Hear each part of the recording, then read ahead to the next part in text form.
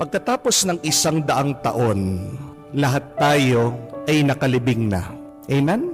Nakalibing na rin, sigurado, ang ating mga minamahal, ang ating mga kamag-anak, ang ating mga kaibigan, ang ating mga kakilala.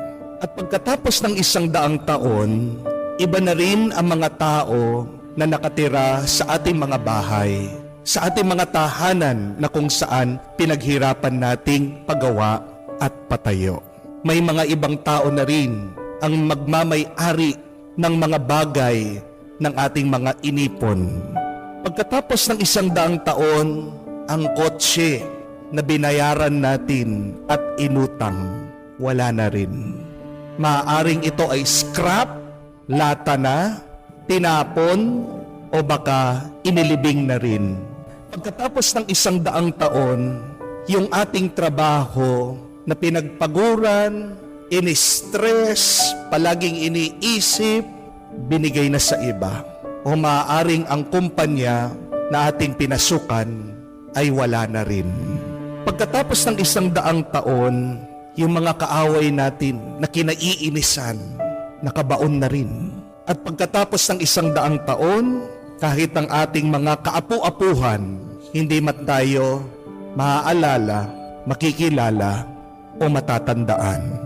Pagkatapos nating mamatay, larawan na lang tayo. Makikita sa album, sa picture, nakasabit sa dingding. Maaaring makikita tayo, dadaan tayo sa Facebook feed ng ibang tao, pero hindi na tayo kilala. Pagkatapos ng 1 dekada, mawawala na rin ang ating mga larawan, ang ating mga alaala. Kung maiintindihan natin ang ating kinabukasan na mawawalang kwenta lahat ng ating mga inaalala dahil may katapusan na ang lahat, hindi ba magiging mas masaya tayo ngayon? Yung ating mga takot ngayon, pagkatapos ng 100 taon, wala na yan. At pagkatapos nating mamatay, yung ating mga pangamba, wala na ring kwenta. So tandaan natin ito, mga kapatid, that life is short and quick. Maiksi lang ang buhay at mabilis. Lalong-lalo na ito ay umiiksi at bumibilis dahil sa ating takot, pag-aalala at pangamba. Do not make your life shorter and quicker because of your constant worrying, panicking, and fearing.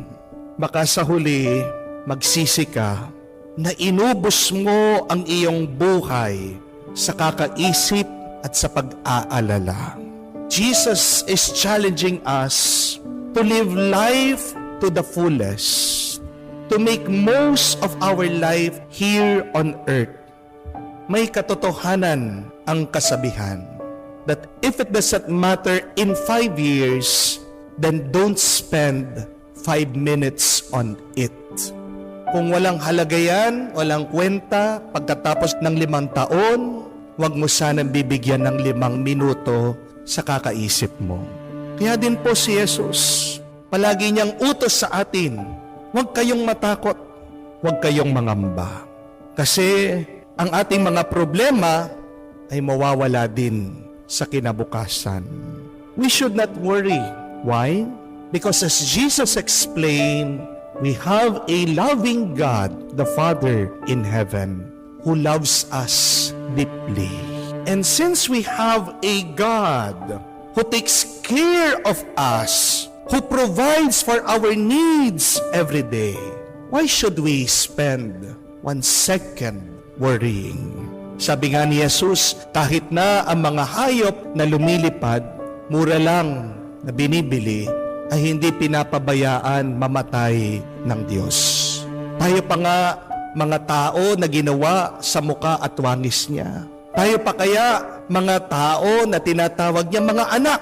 Tayo pa nga mga tao na napakahalaga sa Kanya, papabayaan ba niya tayo? Bakit tayo kailangan mangamba kung merong isang Diyos na napaka makapangyarihan, na gagawin niya ang lahat para sa atin?